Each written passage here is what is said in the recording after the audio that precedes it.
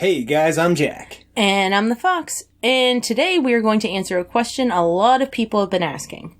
So what's the difference between a remaster, a remake, and a reboot? Serious buzzwords in the gaming community nowadays, but what do they actually mean for us as gamers? At this point, they're kind of just thrown around.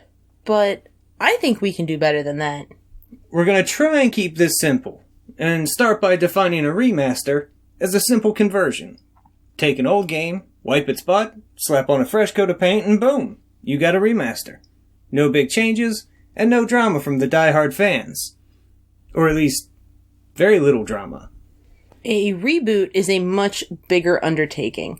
You might have a few key points from the source, characters, settings, and maybe some events, and you completely rewrite the script. Reboots are usually when we see massive changes to the stories and systems in the game.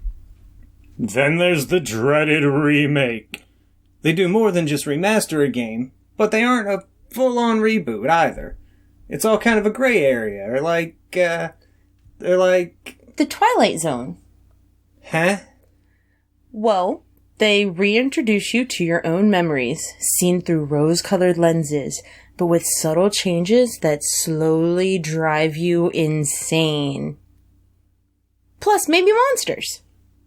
Wow, that actually does sound like an episode of The Twilight Zone. But we're going off track. Right.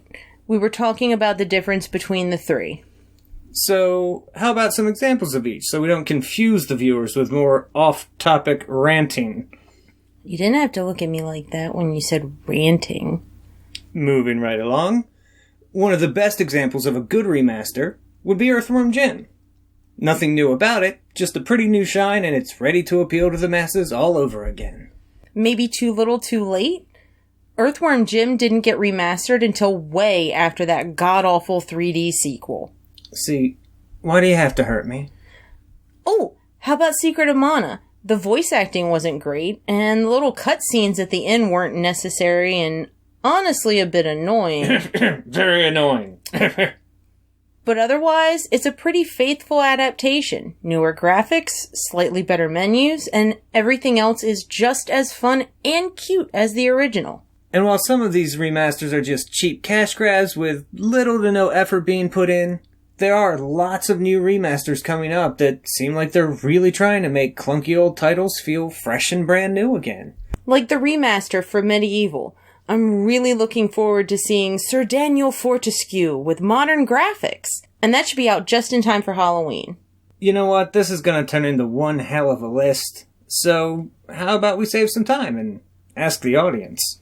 Yeah, what are some of your favorite remasters? Then there's the remakes. Resident Evil 2 was brilliant, and Final Fantasy VII looks like it's going to be pretty amazing.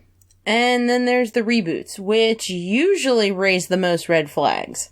Heaven forbid a diehard fan with an internet connection hears the word reboot, or even worse, reimagining. Tomb Raider worked out pretty well. Most of the ideas stayed the same, but they revamped the story so it wouldn't take 6 games to start making sense. Even then, it was a bit of a stretch. Speaking of which, is this episode getting a bit long to you? Well, we tried to give some definitions to remaster, remake, and reboot. Slightly failed, gave some examples, got off topic, as usual. Another successful video.